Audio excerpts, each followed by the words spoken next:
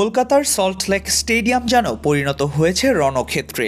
বিশ্বকাপজয়ী Argentine তারকা Lionel মেসিকে এক নজর দেখতে এসে চরম হতাশার মুখে পড়েছেন হাজারো ফুটবল প্রেমী। নির্ধারিত ৪৫ মিনিট মাঠে থাকার কথা থাকলেও মাত্র ২০ মিনিটের মধ্যেই মাঠ ছাড়েন মেসি, ডিপল ও লুইস সুয়ারেস। বার্তা সংস্থা রয়টার্স জানিয়েছে, অতিরিক্ত ভিড়, অব্যবস্থাপনা ও নিরাপত্তাজনিত শঙ্কার কারণেই দ্রুত মাঠ ছাড়তে বাধ্য হন তারা। স্টেডিয়ামে পৌঁছানোর পরই মেসিকে ঘিরে ধরে রাজনৈতিক নেতা, অভিনেতা ও কর্মকর্তাদের বড় একটি অংশ। ফলে গ্যালারিতে থাকা দর্শকরা সরাসরি মেসিকে দেখার সুযোগই পাননি। চড়া দামে টিকিট কেটে এসেও জায়ান্ট স্ক্রিনে পর্যন্ত কিছু না দেখতে পেয়ে ক্ষোভে ফেটে পড়েন সমর্থকরা। পরিস্থিতি উত্তপ্ত হয়ে উঠলে স্টেডিয়ামের চেয়ার ও ড্রেসিং রুমের অংশবিশেষ ভাঙচুরের পাশাপাশি আগুন লাগানোর চেষ্টারও অভিযোগ ওঠে। ইভেন্টটির টিকিটের দাম শুরু হয়েছিল ৩৫০০ রুপি থেকে, যা ভারতের গড় সাপ্তাহিক আয়ের চেয়েও বেশি।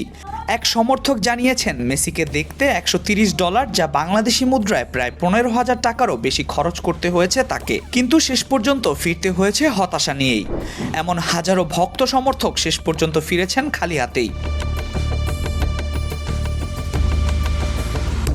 ঘটনার পরপরই বিমানবন্দর থেকে প্রধান আয়োজক শতদ্রু দত্তকে আটক করেছে কলকাতা পুলিশ। পশ্চিমবঙ্গ পুলিশের ডিজিপি রাজীব কুমার জানিয়েছেন, আয়োজকের কাছ থেকে টিকিটের টাকা ফেরত দেওয়ার লিখিত প্রতিশ্রুতি নেওয়া হয়েছে। একই সঙ্গে এই ঘটনার এফআইআর দায়েরের প্রস্তুতির কথাও জানিয়েছেন পুলিশের অ্যাডিশনাল ডিজি জায়েদ শামীম।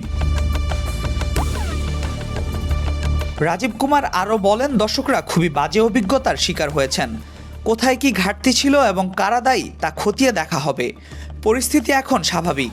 ভুক্তভোগীদের টাকা ফেরত দেওয়ার প্রক্রিয়া নিশ্চিত করতে কাজ করছে পুলিশ। ৩ দিনের সফরে ভারতে আসা লিওনেল মেসির প্রথম দিনেই এমন বিশৃঙ্খলার ঘটনায় হতাশ কলকাতার ফুটবল প্রেমীরা। আয়োজকদের চরম অব্যবস্থাপনার কারণেই এমন ঘটনা বলছেন অনেকেই। Al Mahmud Fahim, BD sports time.